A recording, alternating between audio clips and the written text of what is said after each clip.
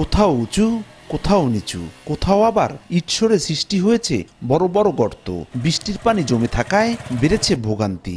মাদারীপুর সদর উপজেলার দুটি সড়কের পুরো অংশেই বেড়েছে ঝুঁকি।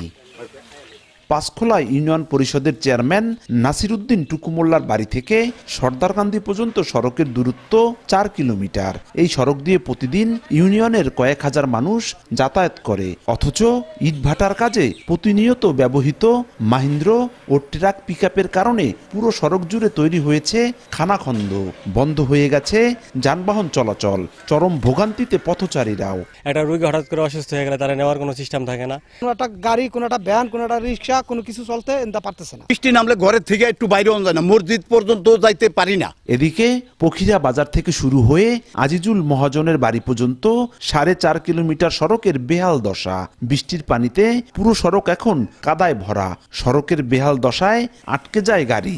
এলাকাবাসীর অভিযোগ, একাধিকবার পাকা সড়ক নির্মাণের জন্য সংশ্লিষ্ট দপ্তরকে জানালেও নেওয়া হয়নি কোনো ব্যবস্থা। কিন্তু অন্য জায়গায় যেখানে আছে তারপরে সেখানে পাকা ঢালাই থাকা সত্ত্বেও এখানে আবার দিতেছে, কিন্তু আমাদের এখানে কোনো পাওয়া যাচ্ছে না। আমাদের নিজের এই এলাকার লোকজন মিললে নিজে অর্থায়নে ওই ইট আমাদের টাকা দিয়া আর শ্রম দিয়া আমাদের এলাকার লোকজন নিয়ে ভ্যান গাড়ি দিয়া ইট দিছি।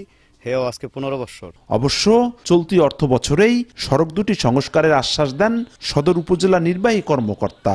নতুন যে অর্থ বছর শুরু হচ্ছে সেই প্রেক্ষিতে আমাদের কাছে প্রস্তাব চাওয়া হয়েছে যে কোন সড়কগুলো নিয়ে আমরা কাজ করতে পারি। আমরা ভিজিট করে প্রাপ্যতা অনুসারে এই সড়কগুলোর উপর কাজ করব। 2019-20 অর্থ বছরে পখিরার সড়কটি খোয়াসপুর ইউনিয়ন পরিষদ থেকে ইটের সোলিংয়ের রাস্তা নির্মাণের কথা থাকলেও অদৃশ্য কারণে তা অসমাপ্ত রাখা হয়। আর পাঁচখোলার সড়কটি কবে সংস্কার হয়েছে তার কোনোই তথ্য নেই কারো কাছে।